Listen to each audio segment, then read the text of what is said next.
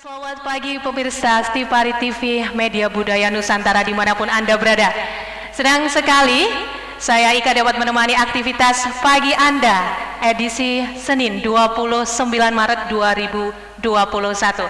Baik, pada saat ini telah hadir narasumber di studio kita, talk show dengan tema pemulihan ekonomi bidang pariwisata pasca pandemi. Dan untuk narasumber kita yang pertama, yaitu beliau dari Disporapar Provinsi Jawa Tengah, Bapak DRS Sinung N. Rahmadi. Selamat pagi Bapak. Ya, kemudian DPRD Provinsi Jawa Tengah, Bapak Haji Bambang Kusrianto BSC.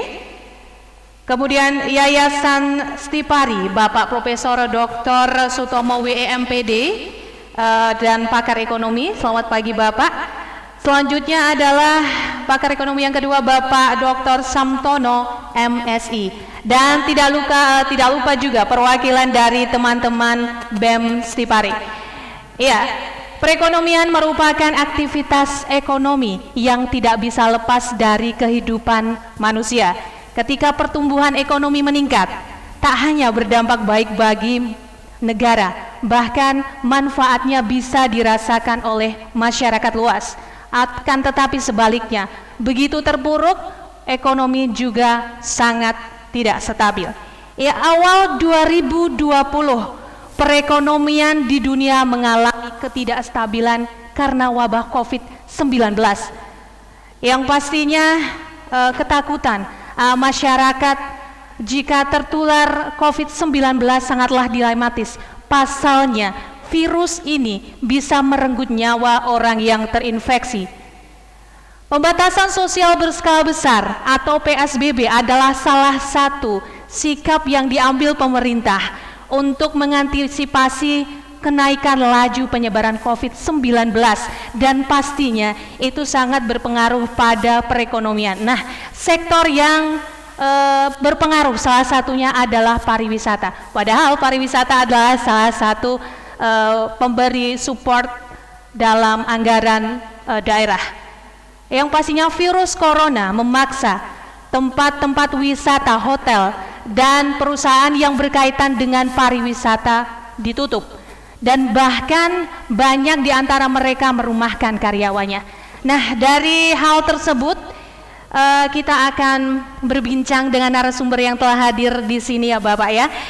Kondisi tersebut dibutuhkan strategi yang tepat untuk pemulihan dan menggerakkan perekonomian, khususnya pariwisata di Jawa Tengah. Ya, baik, pertanyaan yang pertama saya akan ajukan kepada Bapak Sinung N. Rahmadi. Ya. Konsep apa Bapak yang dilakukan pemerintah Provinsi Jawa Tengah untuk memulihkan ekonomi pariwisata di musim pandemi ini? Ya, baik, silakan. Ya, terima kasih. Yang pertama tentu saya mengucapkan apresiasi dan respect kepada Stipari, terutama Maha Guru Pariwisata Pak Tomo ini, matur nuwun, dan juga Pak Sam dan juga teman-teman Stipari. Ya, tidak ada kata lain. Kita memang harus banyak bicara dengan semua pihak. Maka ketika mandat ini ada di kami selaku kepala dinas yang mengurusi tentang pariwisata, saya harus bicara dengan banyak orang. Karena kondisi pandemi ini nggak bisa kita ratapi dalam kegenitan sambat gitu, nggak bisa. Harus ada langkah-langkah yang lebih konkret. Nek kakean sambat kita habis waktu. Nah, ketika kita berbicara itu, kita melakukan mapping potensi. Lah, potensi itu ada potensi destinasi, ada potensi support system seperti perhotelan, kemudian sumber daya manusia.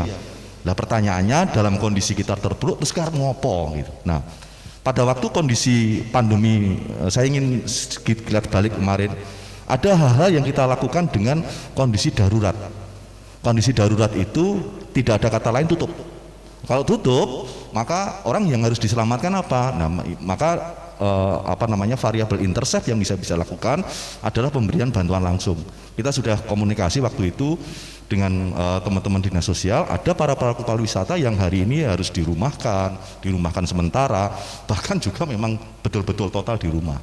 Nah, Oleh karena itu ada upaya kita untuk mengalihkan kesempatan pada waktu itu untuk memberikan kesibukan dan nilai tambah paling tidak untuk survive dulu. Yang langkah berikutnya, tidak ada kata lain, waktu itu muncul sebuah bukan wacana tetapi paradigma baru yang disebut dengan new normal. New normal ini terjemahannya multitafsir itu. Kalau menurut pendapat kami, new normal itu new lifestyle, sebagai sebuah gaya hidup baru yang harus disikapi, karena kita nggak ngerti dalam uncertainty condition, ketidakpastian virus ini kapan datangnya.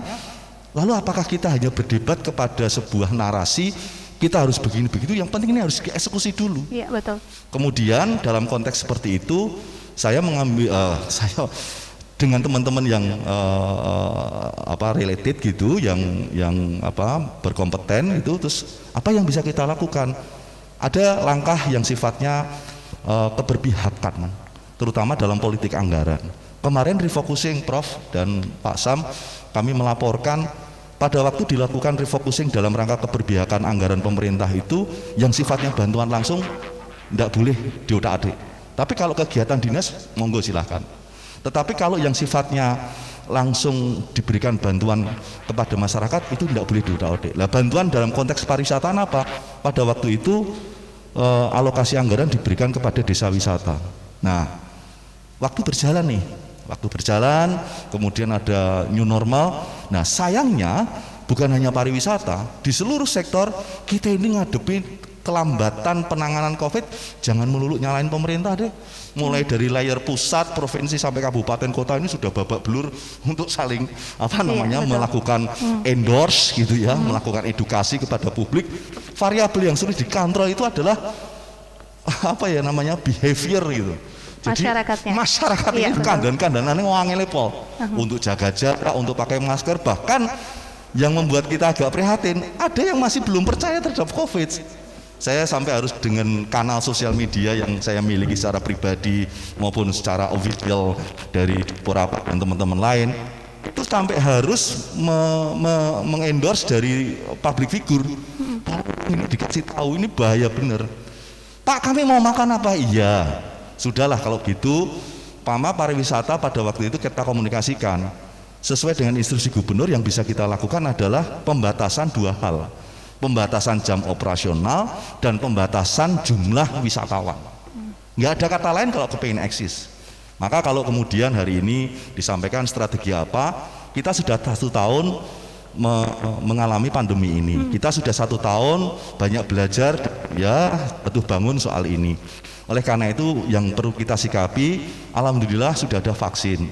Beberapa pelaku pariwisata memang belum semuanya Prof yang bisa kita dorong, tapi kita sudah mengkomunikasikan kepada teman-teman dinas kesehatan, tolong bisa difasilitasi untuk melakukan vaksinasi. Untuk PHRI perhotelan sudah beberapa kita fasilitasi itu, tapi terutama yang pelaku pariwisata pengelola di destinasi belum. Nah, ini yang sambil secara paralel akan terus kita dorong realisasinya. Soal strategi, dengan penyikapan pembatasan jumlah durasi waktu operasional dan jumlah wisatawan, akhirnya kita juga harus melakukan sertifikasi terhadap destinasi. Mbak, kebijakan dari pusat memang mewajibkan kita harus ada semacam upaya-upaya memberikan keyakinan kepada publik terhadap destinasi wisata. Terakhir ini pertanyaan, untuk menjawab pertanyaan Mbak, ada fenomena menarik. Saya membaca di sebuah narasi akademik yang saya search lewat beberapa kanal sosial media, ada pergeseran perilaku wisatawan.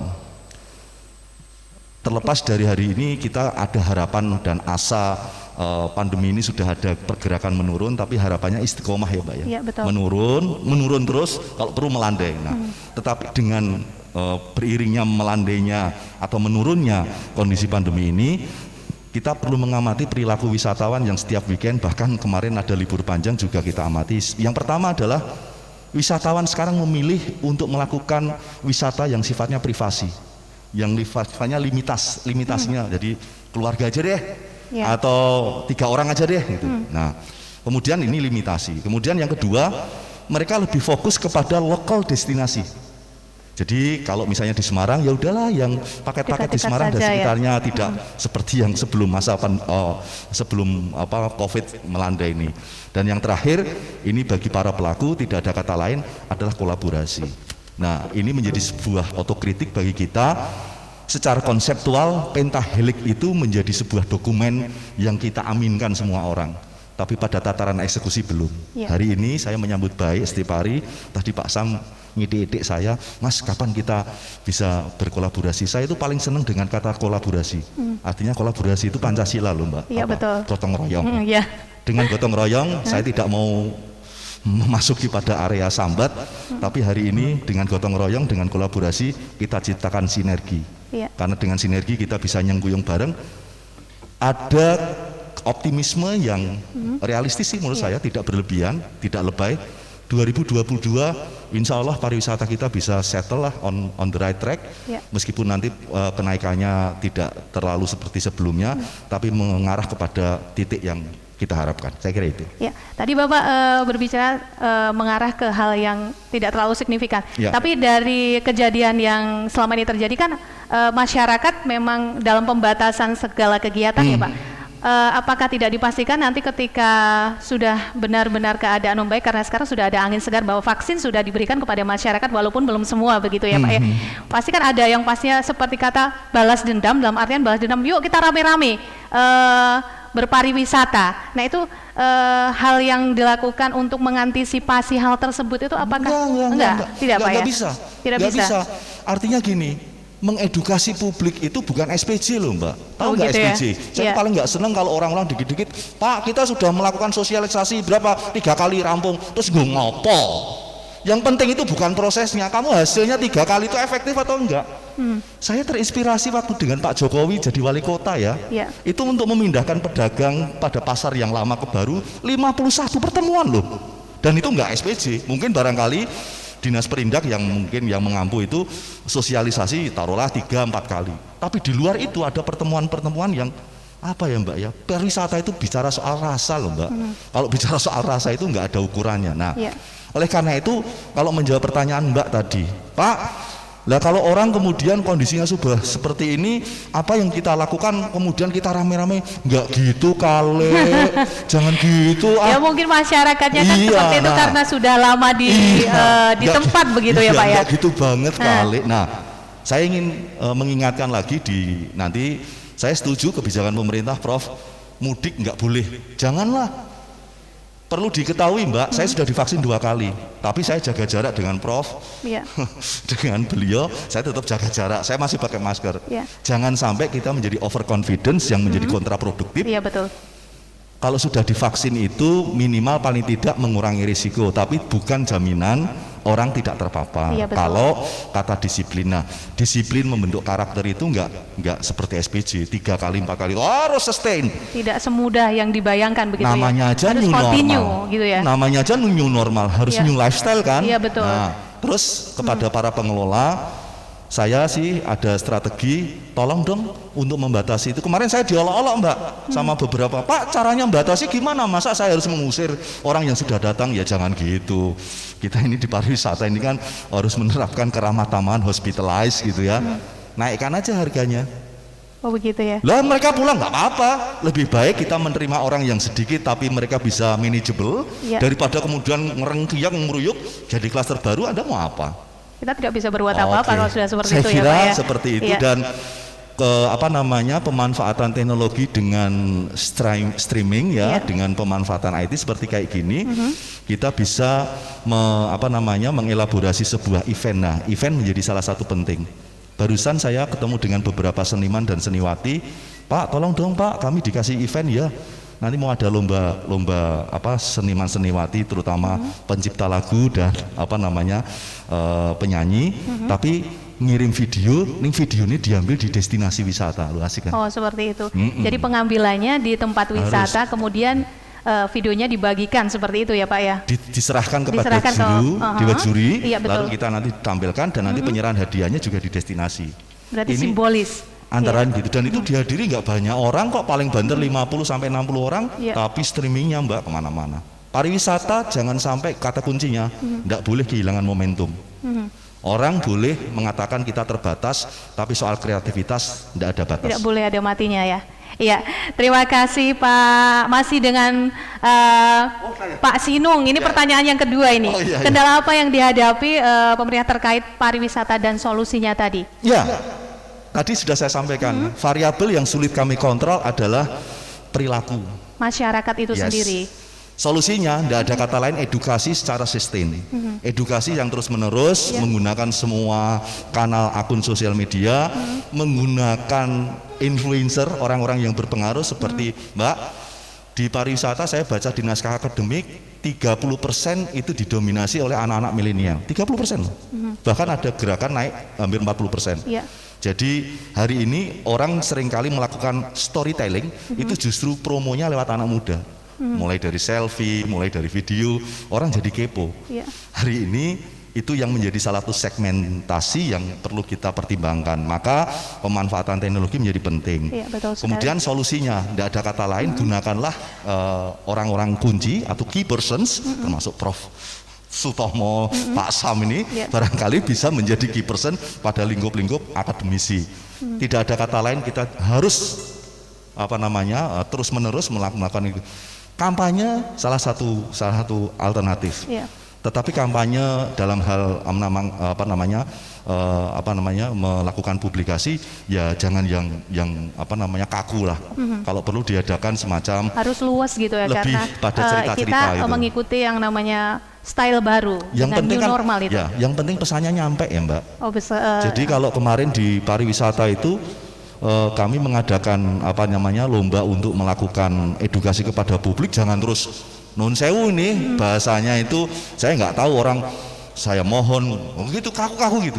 Tapi buatlah fragmentasi yang durasinya nggak lebih dari 20 detik lah. Teman-teman IT ini paling paham. Maka saya yang seringkali harus banyak meminta nasihat mereka, tolong dong buatin saya video 25 detik bisa nggak? Oh bisa Pak. 30 detik, oh bisa Pak. Jangan lebih dari 1 menit. Kenapa? Kalau dari kacamata teman-teman publikasi ya, dari teman-teman media, kalau lebih dari 1 menit orang boring ya baca. Iya betul sekali. Jadi dibuat lebih menarik, tapi lebih mengena seperti itu ya Pak ya. Sebagai penutup atas pertanyaan ini, jangan menyerah. Oh jangan menyerah dengan situasi yang seperti ini. Baik, jadi yang dilakukan juga untuk meningkatkan pariwisata seperti ini juga harus surviving, kemudian preparing dalam segala hal. Iya, baik, terima kasih Pak Sinung atas jawabannya yang luar biasa. Bisa kasih aplaus. Iya, oke, selanjutnya pertanyaan kepada Bapak Profesor Dr. Sutomo WE MPD. Iya. Bapak, sejauh mana peran Stipari dalam membantu pemerintah, khususnya dalam menghadapi dunia wisata dalam musim pandemi? Ya, silakan. Baik, Assalamualaikum warahmatullahi wabarakatuh. Salam sejahtera untuk kita semua, Pak Kepala Dinas yang terhormat, Pak Sam, dan para pemirsa TV Budaya. Sebelum saya menjawab pertanyaan, kita itu sekarang baru bingung karena pemerintah mengeluarkan 2 kebijakan. Menteri Perhubungan semula boleh mudik, tapi Menteri Koordinator Kesejahteraan Budaya itu melarang. Jadi persiapan di daerah juga bingung. Itu satu. Kedua, karena kondisi, dan itu sudah menjadi satu hal yang harus diatasi bersama. Karena itu pinter-pinter kreativitas daerah dalam menangkap ini. Sebab apa? Kalau kita lihat sebenarnya kondisi kehidupan kita, kalau sore saya keliling itu kayak normal. Mobil itu ya banyak, warung-warung ya banyak. Berarti orang berpariwisata masih. Nah sekarang kreativitas begini, satu teorinya, penggarapan pariwisata itu harus integral, tidak bisa parsial. Jadi Pak Sinung harus ngerangkul orang perhubungan, harus ngerangkul orang kesehatan. Berarti saling harus berkesinambungan ngerangkul seperti itu ya Pak? orang keamanan. Kalau itu tidak dirangkul nggak bisa. Beliau nggak bisa berdiri sendiri. Ya. Itu satu. Yang kedua, pariwisata itu tidak bisa digarap sendiri, tapi harus lintas regional, lintas batas. Karena apa? Kalau Anda 1 jam di sini, dalam beberapa menit sampai di Semarang, sudah Kabupaten Semarang. Dalam 2 jam sudah sampai Ngawi, Ya. Jawa Timur, Ya. karena ada tol. Jadi harus berpikirnya lintas regional. Pariwisata tidak boleh dikekepi di daerah itu. Tapi bagaimana wali kota, bupati kerjasama. Saya sudah pernah mengumpulkan wali kota Semarang, bupati Semarang, Kendal, Purwodadi, Demak untuk rembukan. Ya. Mengapa belum jalan? Yaitu karena ego sektoral itu yang masih besar. Wah, padahal kalau bersama ngirit dananya, ngirit apa-apanya. Semarang punya airport zaman dulu kan bebas. Jangan dikekepi sendiri. Mungkin wisatawan ke Kendal mau lihat apa? Mungkin sebentar ke Semarang, Ya. ke Demak butuh ke Pedeng, ke Purwodadi hanya lihat itu yang harus diperhatikan. Nah itu tidak diperhatikan.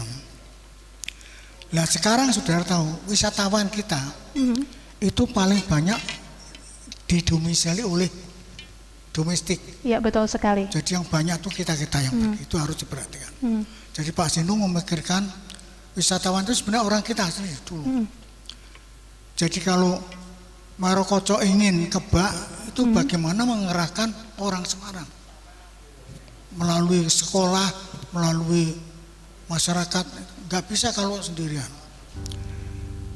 Nah sekarang pariwisata itu sudah neko-neko, tidak massal tapi individual.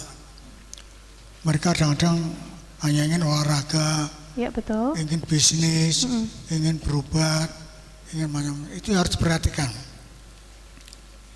Nah karena itu perlu profesional penanganannya. Nah Stipari dalam menangkap ini sudah pernah mencoba melakukan satu seminar, misalnya ketika di Cepu dengan sponsor Bupati Blora, yang hadir itu Jeporo, Pati, Kudus, Rembang, Blora, Bojonegoro, Batuban, Gresik, Ngawi. Ketika itu berbicara tentang ahli perminyakan yang akan garap Cepu. Keputusannya Mbok Blora itu membuat satu bangunan kotet-kotet atau apa yang untuk para ahli minyak tidur di Blora. Lalu Bupati Rembang akan membuat hotel katanya di Mantingan, biar untuk sana. Tetapi ternyata yang nangkap itu orang Jawa Timur, Pak. Bupati Bojonegoro yang memanggil saya malah menggarap semacam rumah-rumah hebat, ya kayak hotel, kayak villa-villa. Sehingga tamu-tamu ahli perminyakan tidurnya di Bojonegoro. Sementara Pak Madianto sudah dawuh lapangan terbang Cepu didandani. Panjenengan bisa kaget. Jalur Surabaya Cepu ada, tapi Semarang Cepu nggak ada. Iya, baik Bapak, kita nanti akan lanjutkan perbincangan kita pada kesempatan pagi hari ini. Tapi kita akan menikmati dulu persembahan dari... Di tengah perkembangan zaman, setiap orang dituntut untuk menjadi semakin baik, meningkatkan kemampuan atau membagikan kebaikan.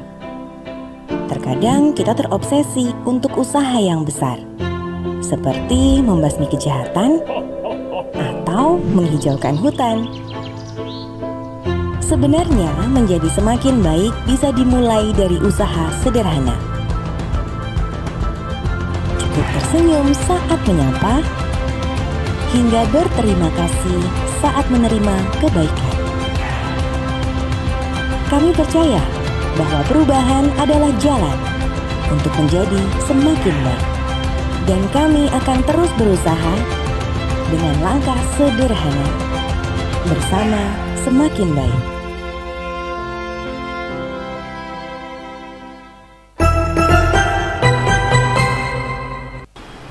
Di tengah perkembangan zaman, setiap orang dituntut untuk menjadi semakin baik.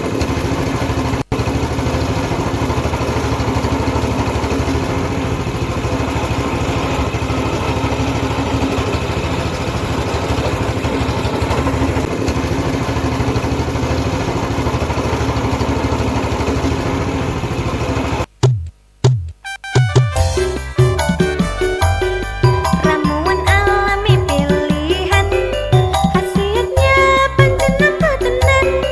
BMC Plus untuk kesehatan, yuk diminum segar kewarasan. BMC Plus, bawang madu jahe, ramuan alami, jantung sehat, stamina oke.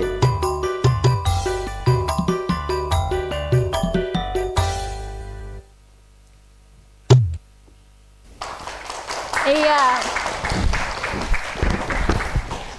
Baik pemirsa, kembali lagi di Talkshow dengan tema pemulihan ekonomi bidang pariwisata pasca pandemi. Kita lanjutkan kembali Bapak perbincangan kita masih berkisah tadi peran Stipari dalam membantu program pemerintah dalam menghadapi dunia wisata dalam musim pandemi.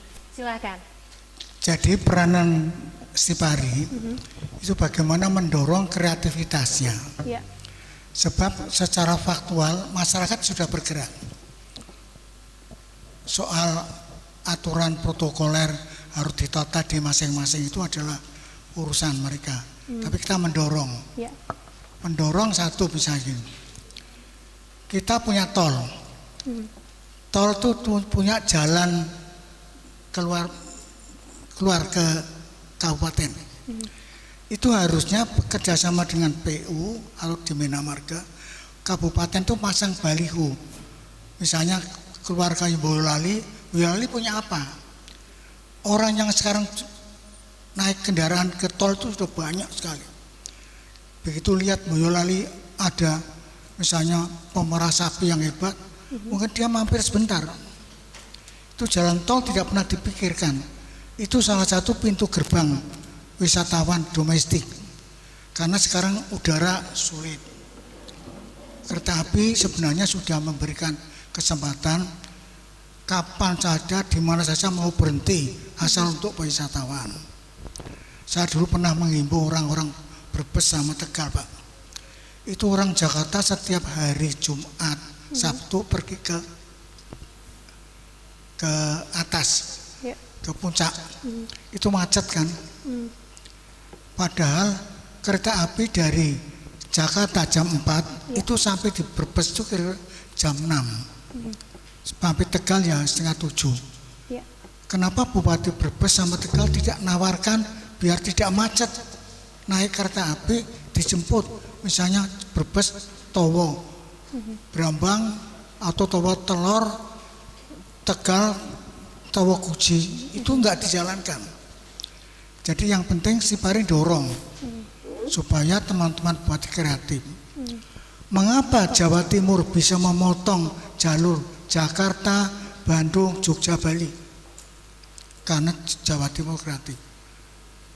Dia minta dulu lapangan terbang akan laut dibalik ke terbuat sendiri. Sekarang orang Jawa Timur nantang kan, Bali ora cukup, landing Jawa Timur terus tantang. Nah antarkan karena siap. Banyuwangi hebat, Probolinggo hebat. Malah sekarang udah lihat Batu itu hebat. Mengapa kita tidak seperti itu? Salah satunya karena teman-teman bupati itu yang waktu itu tidak mau saling merangkul seperti itu ya. ya. Harus rangkulan, nggak bisa sih. Itulah. Jadi setiap hari tugasnya, mumpung ini masih jembar kalangannya, mumpung masih pada rembulannya, itu mari. Sebenarnya pariwisata tidak begitu terpengaruh sekali, besar.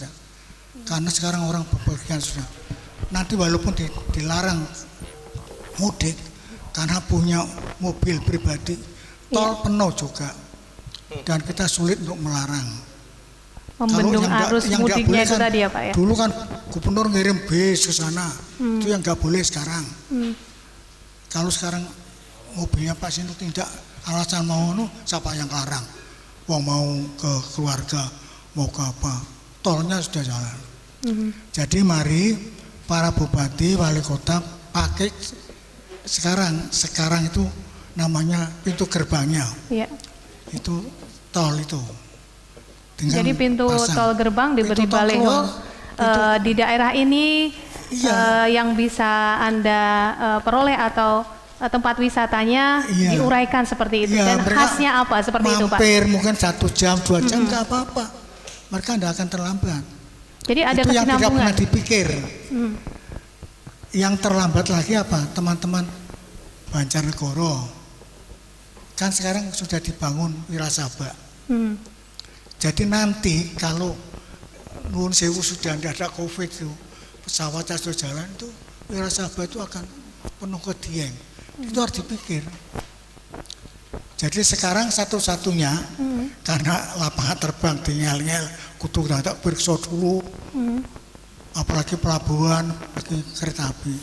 Itu pintu tol itu dipakai untuk pintu gerbang wisata domestik. Dengan jalan mereka memasang baliho. Ya. Kendal punya apa? Semarang punya apa? Boyolali punya apa? Solo punya apa? Itu gerbangnya sudah buka. Berarti saat ini Itu kita fokus pada turis lokal ya Pak ya. Jadi nanti destinasi wisata siap sepenuhnya dibuka untuk pasar mancanegara ketika sudah normal seperti itu ya Pak. Jadi kita fokusnya ke turis lokal terlebih dahulu. Ya, jadi Istighfari sudah dorong.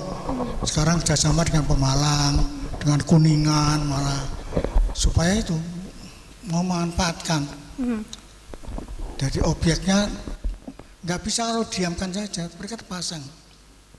Ya. Mereka mau hanya berapa menit kok metu lihat, mau cari makan apa. Tapi kan ada jelas. Iya. Saya mau mampir ke Pemalang, oh ada kuliner apa, ada apa, mungkin sebentar, balik lagi. Karena sekarang sudah bukan jarak itu sudah bukan kita mau ke Solo hanya 1 jam kok.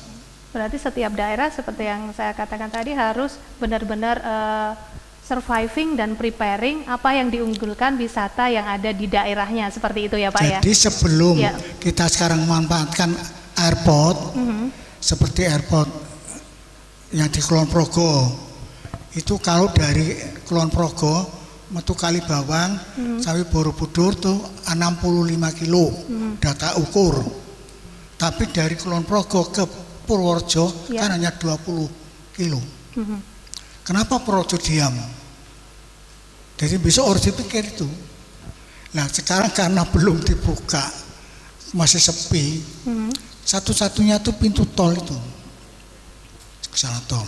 Ya. Itu yang bisa menggerakkan pariwisata selama COVID ini. Ya. Dan kita tidak usah mikir uang asing. Penduduk kita itu hampir 100 juta yang keliling itu sudah lumayan. Jadi kita maksimalkan Ya, untuk turis mereka jaga lokalnya jarak terlebih sendiri, dahulu. nggak usah khawatir. Iya. Ya seperti ini kita ini jaga jarak Iya. kapal, Iya. nggak bisa dilarang. Aha. Iya Bapak, sekarang kita akan memberi kesempatan terlebih dahulu Ya, untuk makasih. perwakilan dari BEM Sipari. Silahkan 1 pertanyaan saja untuk sesi yang kedua. Silahkan. Tes. Perkenalkan, nama saya Sinta dari jurusan S1 Manajemen Perhotelan. Saya ingin bertanya Bapak, sektor pariwisata merupakan salah satu sektor yang meningkatkan ekonomi Indonesia. Di era pandemi ini, apakah sektor pariwisata masih menjadi salah satu sektor yang meningkatkan ekonomi Indonesia? Jika masih, bagaimana cara sektor pariwisata bertahan di tengah pandemi ini? Terima kasih. Iya. Satu pertanyaan ini ditujukan untuk Bapak siapa yang akan menjawabnya? Pak Samtono. Silakan.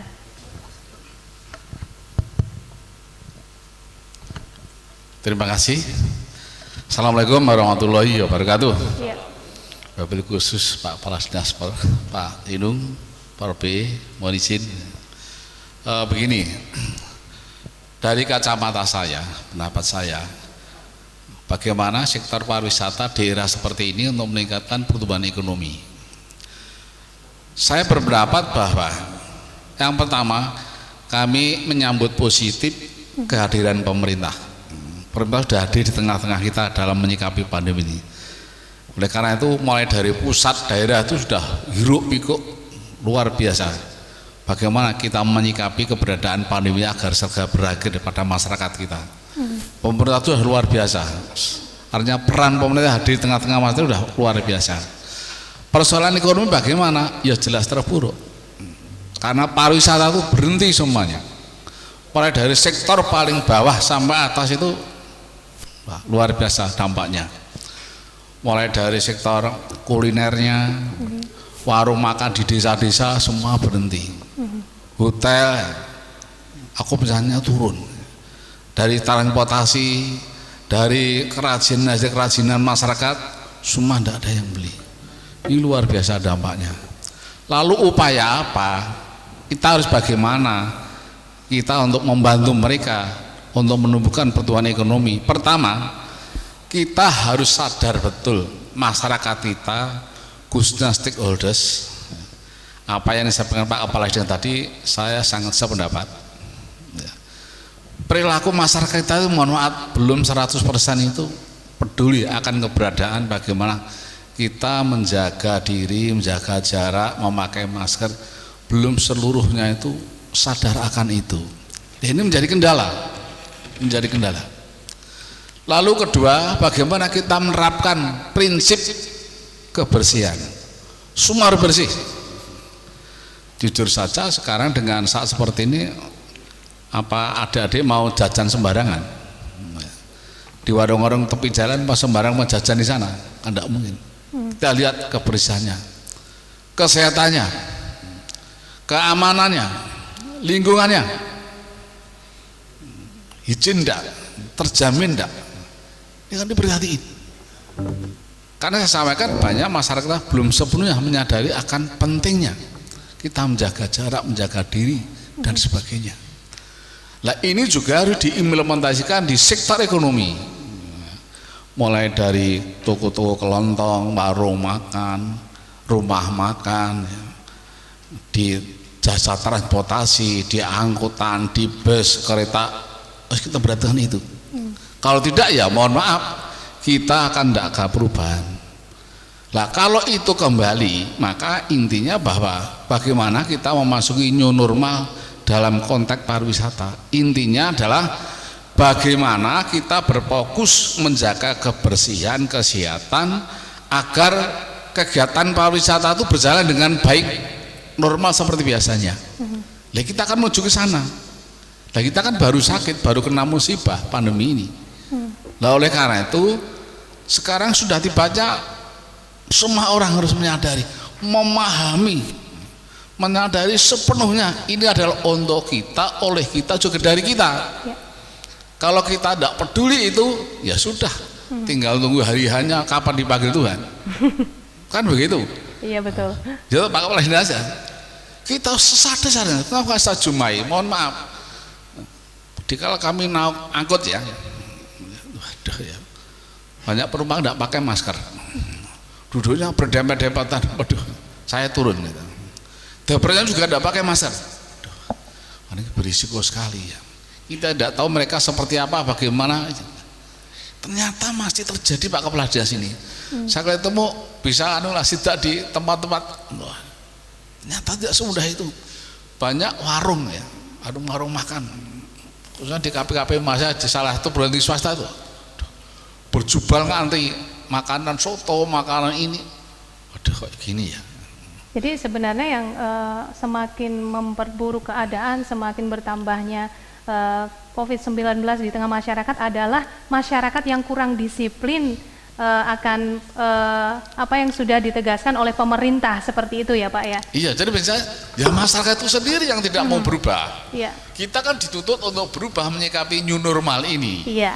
Kalau itu kembali baik, insya Allah semua sektor ekonomi, karena pariwisata itu kan sudah multidisiplin, semua ilmu akan bersinggungan dengan pariwisata. Kalau pariwisatanya baik, insya Allah ekonominya akan baik. Kita lihat Thailand, Malaysia, Singapura, Jogja, Bali, Lombok. Ekonomi karena apa? Pariwisata akan mewarnai seluruh perekonomian yang ada di situ. Iya, betul sekali. Ya, terima kasih ya. Terima kasih, bisa kasih aplaus. Iya, baik pemirsa, masih kita beri kesempatan satu lagi perwakilan dari BEM Stipari, dan pertanyaannya ini ditujukan untuk Bapak Sinung N. Rahmadi. Silakan.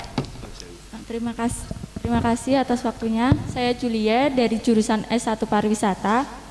Izin bertanya, apakah ada modal dasar yang harus dimiliki oleh daerah tertentu apabila ingin meningkatkan ekonomi masyarakatnya melalui sektor pariwisata di era pandemi seperti ini? Terima kasih. Ya, baik, terima kasih. Silahkan Pak Sinung. Modal dasar kita ini ada dua, yang apa namanya tangible sama intangible gitu kalau istilah akademiknya gitu ya, yang bisa kita daya gunakan, tapi ada juga yang bisa di-upgrade, tapi ada juga yang given gitu. Nah, pemilahan secara dikotomis, ada yang bisa kita apa namanya kembangkan, tapi juga tidak bisa yang kita kembangkan, yang apa namanya tidak bisa di apa namanya upgrade itu. Seperti misalnya Borobudur. Borobudur itu given loh Mbak. Borobudur itu masa mau di tingkat 2 atau tambah lagi, nggak bisa. Tetapi hari ini potensi yang given itu harus disadari sebagai upaya kita tidak hanya membuat selling point yang tinggi, tapi juga ada maintenance, merawat. Ya, merawat ini penting. Kemarin Prof, saya ikut rapat dengan Pak Kemenko Marinvest. Borobudur diarahkan tidak lagi menjadi destinasi ya dalam tanda kutip, tetapi jadi magnet. Maka tugas kita di sekitar Magelang itu menciptakan Borobudur-Borobudur baru, sehingga orang ketika berkunjung ke Borobudur baru arep ngopo. Tapi setelah dari Borobudur, oh arep nang kene neh, sehingga memperpanjang length of stay. Belum lagi kalau kita bicara spend of money.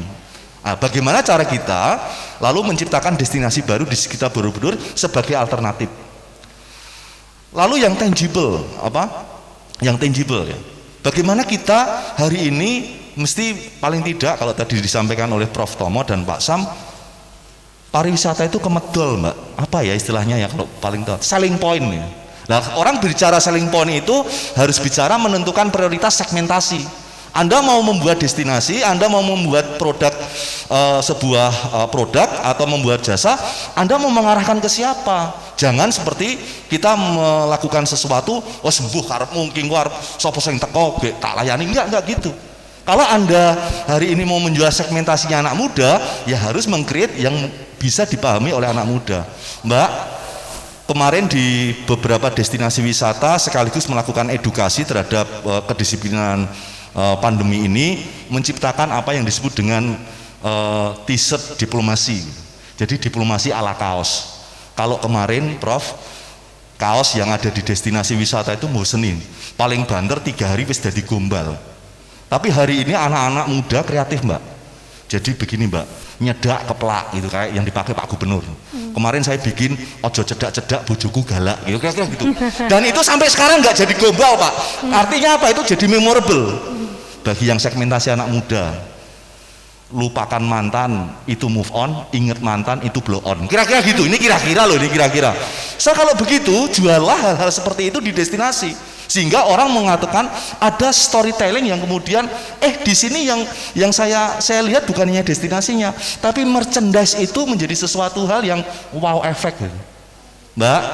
Oleh karena itu dalam konteks ini saya mengharapkan dan saya tidak akan pernah bosan, segmentasi adalah penting. Dan segmentasi yang paling strategis ada 2 kalau di teori marketing itu. Barusan profesor saya, mentor saya kondur di Kasedan Jati, Prof. Miasto, itu guru besar marketing. Tolong Sinung, kalau kamu pengen menjual sesuatu harus sadar betul tentang segmentasi. Segmentasi hari ini yang paling strategis dua, yaitu perempuan dan anak-anak. Siapa sih Prof yang tidak nuruti karepe anak? Masak membelikan anak, orang tuanya tidak hadir. Siapa sih Prof yang segmentasi perempuan, masak apakah itu pacar atau suami tidak membelikan?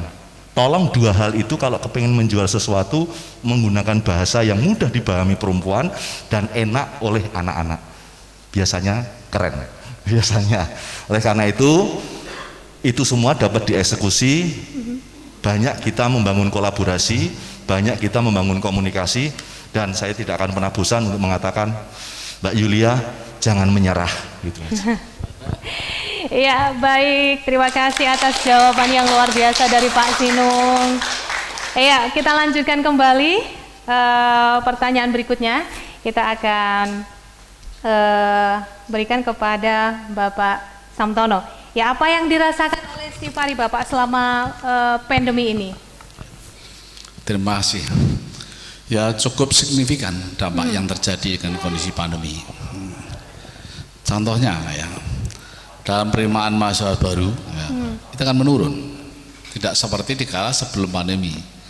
Dia bisa optimal melakukan berbagai macam aktivitas dalam rangka seleksi mahasiswa baru. Yang kedua juga beberapa kegiatan-kegiatan khususnya dari mahasiswa, baik pengabdian masyarakat, kemudian menawarkan produk-produk dari anak-anak mahasiswa tersebut menjadi kendala. Juga banyak kegiatan yang kunjungan ke beberapa sektor industri, baik dalam maupun luar negeri menjadi terkendala semuanya. Baik termasuk teman-teman guru harus mempersanaikan makalahnya di luar negeri, di kota Jakarta, Bogor, baru akan menjadi terkendala semuanya. Paling biasanya lewat virtual. Indonesia kan tidak maksimal. Iya, betul sekali. Kan berbeda. Forum virtual dengan tatap muka kan berbeda. Iya. Sehingga sangat kami rasakan sekali dengan dampak pandemi ini. Namun perlu kita sadari bersama, ini kan bukan kehendak kita. Ini adalah cobaan untuk kita bersama. Ya. Kita harus banyak introspeksi, harus banyak mawas diri. Kita sebagai umat manusia, sebagai makhluk yang bertuhan, kita harus apa dan bagaimana. Kalau Tuhan mencoba kita seperti ini adalah menjadi catatan kita bersama. Kita boleh berambisi setinggi langit, namun apa daya kalau sudah Tuhan mencoba kita semuanya. Maka tidak ada ketahuan, kita harus banyak berdoa, mendekatkan diri pada Tuhan yang Maha Pengasih. Semoga cobaan pandemi ini segera berakhir. Karena selama ini kita tidak ada kepastian sampai kapan dia akan selesai. Iya, betul sekali. Untuk itu hanya kita berdoa dan berusaha. Apa yang sudah digariskan pemerintah harus kita ikuti. Tidak ada niat pemerintah jelek pada rakyat, itu tidak ada. Saya yakin pemerintah adalah niat Anda menyelamatkan rakyatnya. Semuanya tidak beda-bedakan. Ya. Termasuk ini saya minta tolong pada adik-adik mahasiswa, tolong ikutilah, patuhilah seruan pemerintah. Pakai masker, ya, cuci tangan, jaga jarak. Ini harus kita patuhi. Karena tidak ada pemerintah akan menyelamatkan rakyat, itu tidak ada. Pemerintah sudah babak belur, tadi Pak Kepala Desa menyampaikan berapa juta US dollar uang untuk menyelamatkan rakyatnya karena pandemi ini. Setiap hari otomatis setiap hari berdampak, tidak hanya setiap hari, semua perguruan tinggi negeri swasta akan berdampak secara signifikan karena ada pandemi ini. Dari sektor kemajuan akademisnya dan lain-lain akan berdampak secara signifikan. Iya. Yang pasti berarti ketika mahasiswa melakukan pendaftaran ulang atau ingin masuk ke Stipari juga semua virtual ya Pak ya? Semuanya virtual, online. Sudah juga seperti itu, ya, tes, dan itu kan baru pertama kali ya kita merasakan semua serba virtual. Dan untuk nilainya pun kan kita dari hal seperti itu tidak bisa maksimal karena apa? Oh, bisa saja kan misalnya ujian anak-anak itu mengerjakannya dengan membuka atau menyontek. Jadi nilainya itu tidak dari hati, dari memang asal. Yang penting mengumpulkan. Kalau mahasiswa itu bisa nilainya memang benar-benar mungkin bisa ini ya diprediksi. Tapi kalau anak-anak seusia SD, nah itu kan yang paling apa ya Berdampak, namanya paling berdampak berdampak, itu ya. yang sekolah bukan anak-anaknya tapi orang tuanya, seperti itu ya Pak ya. Ya, itu risiko ya. Iya betul. Tapi kalau anak-anak mahasiswa kan beda. Jadi harapan kedepannya untuk anak-anak Setipari seperti apa kalau pandemi ini berlalu seperti itu Pak? Ya, kita akan kembali memasuki era new normal baru. Kita kembali seperti apa yang kita lakukan. Prinsip kita harus waspada. Ya, pengalaman pahit seperti ini bagaimana tidak terjadi untuk kali keduanya. Khususnya untuk rakyat Indonesia, termasuk bangsa kita, masyarakat Jawa Tengah, khususnya kampus Setipari. Iya. Maka kita selalu berdoa, belajar keras, berusaha bagaimana dapat terbaik. Sungguh pun di era pandemi tetap kualitas layanan tidak terkurangi. Segala cara dosen kami harus memaksimalkan bagaimana tetap output luaran dari mahasiswa Setipari tetap berkualitas seperti sedia kala. Iya. Iya, baik pemirsa, kita akan lanjutkan perbincangan kita nanti. Di tengah perkembangan zaman, setiap orang dituntut untuk menjadi semakin baik, meningkatkan kemampuan atau membagikan kebaikan. Terkadang kita terobsesi untuk usaha yang besar, seperti membasmi kejahatan atau menghijaukan hutan. Sebenarnya menjadi semakin baik bisa dimulai dari usaha sederhana. Cukup tersenyum saat menyapa, hingga berterima kasih saat menerima kebaikan. Kami percaya bahwa perubahan adalah jalan untuk menjadi semakin baik. Dan kami akan terus berusaha dengan langkah sederhana bersama semakin baik.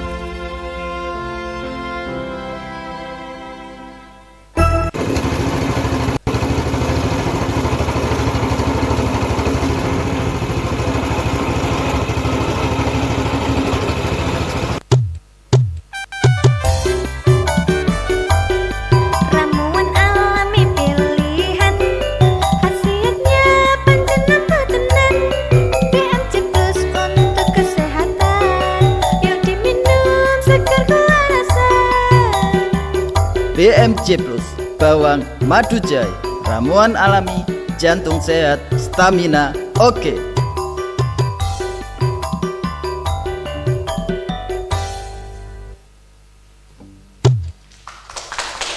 Iya, kembali lagi di talk show dengan tema pemulihan ekonomi bidang pariwisata pasca pandemi. Baik pemirsa, tinggal dua narasumber yang ada di studio karena Pak Sinung harus menghadiri suatu acara. Dan di sesi yang ketiga ini kita akan memberi kesempatan kepada perwakilan dari BEM Setipari, 2 pertanyaan ya. Dan yang pastinya nanti teman-teman dari Setipari ini akan mendapatkan merchandise dari Kalbe Farma dan bisa diambil setelah acara selesai. Ya baik, kita kembali ke Bapak Sutomo dan Pak Samtono. Ya, yang pasti kita akan kembali membahas pemulihan ekonomi bidang pariwisata pasca pandemi. Apa masukan Bapak untuk pariwisata khususnya di Jawa Tengah untuk mengatasi keterpurukannya ini, Pak? Silahkan. Panjenengan. Jadi pertanyaan Anda bagaimana Cara atau bagaimana masukan untuk pariwisata khususnya di Jawa Tengah ini agar bisa kembali meningkat?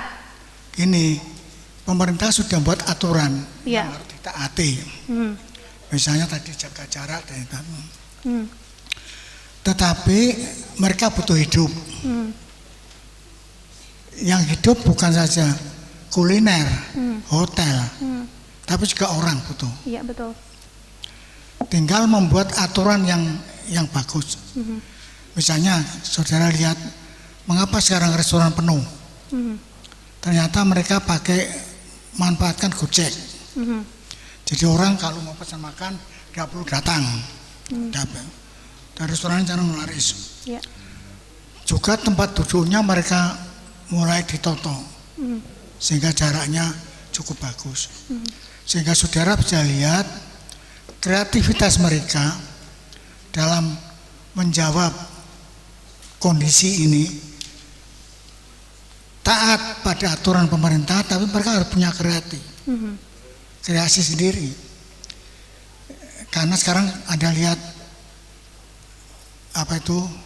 beberapa restoran sudah jalan bagus. Ya.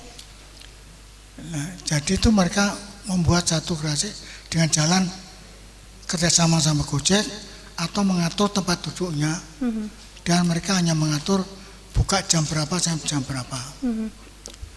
Pariwisata juga demikian.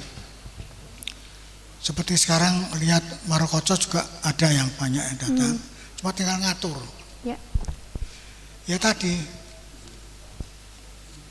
teman-teman pariwisata harus mikir sekarang mau pakai stasiun kereta api nggak bisa, karena orang naik kereta api pulang misalnya. Mau airport sekarang sulit, wisatawan mau terbang saja diharuskan periksa dulu sampai. Jadi menurut saya sekarang satu-satunya pintu gerbang itu tol itu. Seperti yang Bapak tadi sampaikan. Ya, karena ada jalan keluar ke kota toh. Nah, kreasi kota itulah yang sekarang diminta untuk membuat satu baliho atau promosi bagaimana mereka memperkenalkan pariwisata, kuliner, hotel di daerahnya. Itu karena apa? Saudara kalau keliling malam-malam itu mobil sudah banyak. Kalau Anda naik tol juga sudah banyak. Karena tol. Nah sekarang yang bingung kan pemerintah, Departemen Perhubungan kemarin mengizinkan mudik. Tapi Menteri Koordinator Kemanusiaan dan Budaya itu melarang. Jadi mereka sekarang sedang bingung juga. Karena tadinya Borobudur sudah siap-siap, lapangan terbang Kulon Progo siap-siap, ternyata batal semua. Jadi sekarang sampai kapan nggak tahu, lapangan terbang memang tidak bisa menjadi pintu gerbang, karena terbatas. Stasiun kereta api juga tidak bisa, karena dibatasi. Satu gerbong sekarang diisi separuh. Jadi salah satu yang memang berpotensi itu adalah pintu Jadi tol. pintu gerbang satu-satunya sekarang, untung Pak Jokowi membuat tol sepanjang. Tidak hanya Jawa, juga di luar Jawa.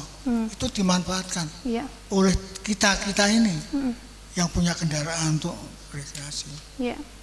Nah caranya kita umumkan, ayo nonton ke Boyolali, lihat ini, orang Boyolali ngomong, mungkin saya tertarik, saya naik tol Semarang, keluar Boyolali, balik. Itu menurut saya sekarang hanya pintu tol itu satu-satunya yang bisa menolong kegiatan pariwisata di daerah. Sebelum pemerintah mengumumkan bebas COVID sehingga pesawat bisa ditumpangi dengan anytime, kereta api bisa penuh, bis penuh. Sekarang nanti tidak ada, pemerintah porsi ngirim bis ke Jakarta itu menjemput orang, tidak ada. Ya, baik, nanti kita akan lanjutkan lagi dan kita akan memberi kesempatan terlebih dahulu untuk para mahasiswa BEM Stipari untuk mengajukan satu pertanyaan. Silakan. Dan ini pertanyaannya untuk Bapak Samtono. Terima kasih untuk waktunya. Perkenalkan, saya Mikael Yeremia dari S1 Manajemen Perhotelan.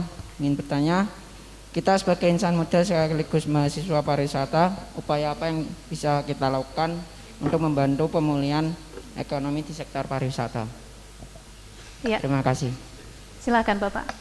Tolong diulang pertanyaan tadi.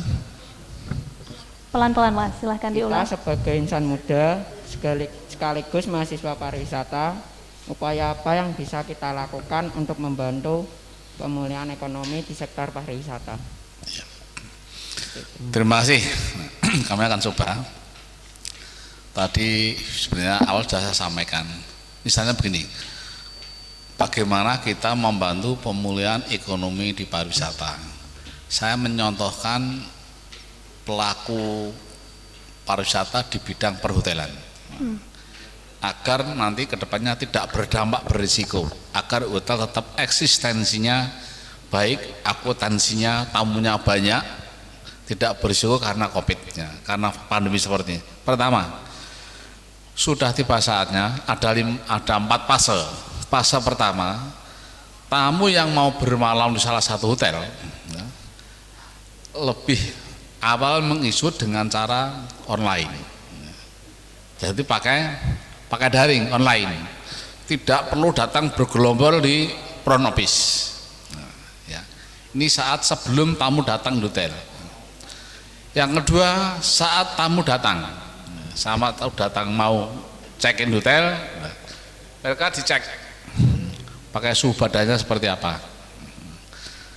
Kalau suhu badannya lebih dari 37 derajat celcius, mereka dikarantina dulu, tidak boleh masuk hotel saat tiba. Lalu saat berada di hotel, hotel harus menyediakan fasilitasi yang namanya tempat isolasi. Suatu saat tamu yang bermalam kok badannya panas, batuk, flu, pilek yang mencurigakan, ada tim medis datang, wah ini positif. Hotel harus menyediakan tempat untuk isolasi, baru ditransfer ke rumah sakit yang berkepentingan. Ini saat tamu sudah datang di situ. Lalu saat pasca dari hotel dibersihkan, disemprot hand sanitizer dan disinfektan dan sebagainya, sehingga bekas tamu datang itu sudah hijin, tidak terbantu. Ini upaya langkah untuk membantu agar hotel itu tidak berdampak. Berdampak artinya hotel itu ternyata kelebihan kemasukan tamu yang positif, itu berisiko, dampaknya panjang.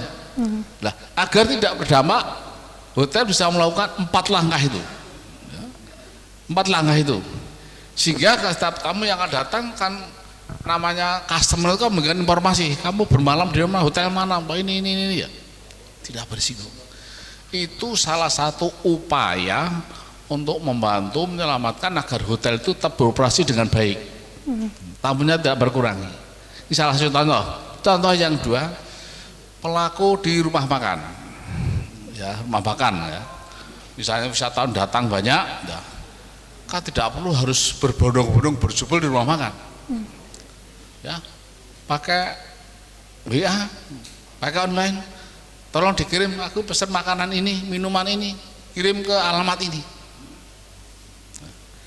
Lalu kalau tidak sempat pakai online ya datang di sana, tapi pakai jarak, misalnya masuk warung dibatasi, pakai nomor yang depan pesan pada sekretaris warungnya berjarak 1-2 meter, tidak bergombol berjubel nanti seperti prasmanan itu. Ini harus ketat, ini harus strict, ini harus kita sadarkan pada mereka, kalau tidak berbahaya. Kalau sampai ada salah satu pembeli terkontaminasi positif dinyatakan COVID, bubar warungnya akan tutup. Kalau sampai itu warung tutup, berarti kan berapa rupiah akan hilang. Karena buka warung melibatkan banyak tenaga kerja, melibatkan petani sayur, petani padi, buah-buahan, dan sebagainya, melibatkan banyak orang yang berupaya untuk menyelamatkan kehidupan si warung ini. Itu upaya sebagai salah satu masalah bagaimana membantu agar pertumbuhan ekonomi itu dapat berjalan dengan baik. Saya menyontohkan 2 tadi, hotel dan rumah makan. Ya. Sementara itu ya Mas ya, ini saya menyontohkan saja. Ini upaya seorang mahasiswa membantu bagaimana ekonomi bisa berjalan. Kalau warung itu sampai tutup, padahal punya karyawan 20 sama 25. Kalau hotel tutup punya karyawan ratusan orang, kasihan. Ekonominya kan berhenti, tidak berkembang. Itu ya, terima kasih. Ya. Hal lain yang bisa dilakukan untuk para generasi muda adalah mungkin dengan memanfaatkan gadget yang ada ya Pak ya. Sekarang kan sudah mulai anak-anak itu sudah terbiasa dengan kehidupan jadi blogger, vlogger apa ya? Blogger itu ya, ngevlog ya Pak ya. Bisa di tempat pariwisata, kemudian bisa membuat acara-acara di tempat-tempat pariwisata, itu juga merupakan salah satu hal yang bisa dilakukan oleh masyarakat dalam rangka ikut meningkatkan pariwisata. Bahkan beberapa saat yang lalu saya pernah melihat di tayangan televisi itu ada seorang anak muda, dia adalah seorang guru les. Jadi anak-anak bimbingannya itu tidak diperbolehkan kan untuk bertemu dengan secara tatap muka seperti itu. Jadi yang pergi ke tempat-tempat pariwisata itu adalah si guru les private-nya itu. Jadi pakai kayak Zoom meeting itu loh Pak. Jadi langsung mereka bisa berkomunikasi langsung dengan si guru, dan itu merupakan siaran langsung, dan orang-orang yang ada di tempat pariwisata seperti itu. Jadi itu juga salah satu hal yang bisa dilakukan oleh anak muda zaman sekarang. Jadi benar-benar memanfaatkan gadget yang ada. Ya baik, terima kasih. Saya kira percakapan hari ini luar biasa, bagaimana pemulihan ekonomi di bidang pariwisata di masa pandemi ini benar-benar kita harapkan segera bisa terwujud ya Pak ya, dan roda perekonomian juga akan kembali normal seperti sedia kala. Sebelum kita mengakhiri perjumpaan kita, ya baik, ada sedikit kenang-kenangan atau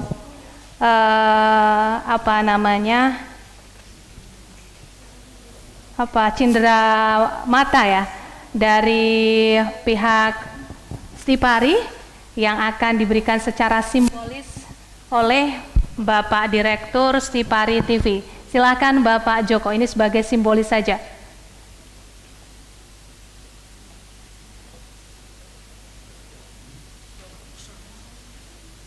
Ya, silakan monggo Pak.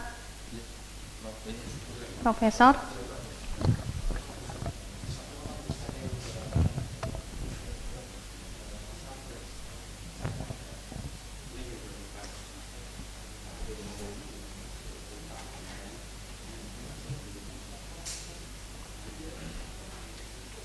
Jadi ini cindera mata bergambarkan Bapak Bambang, ya Ketua DPRD Jawa Tengah, diserahkan kepada Bapak Samtono secara simbolis.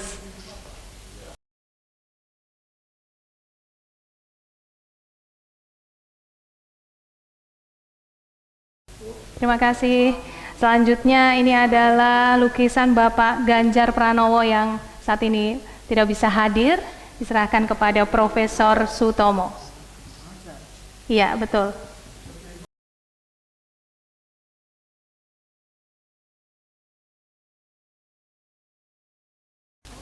Ya, terima kasih Bapak, bisa kasih aplaus yang meriah. Ya, silahkan duduk kembali Bapak. Sebelum kita mengakhiri, silahkan duduk kembali.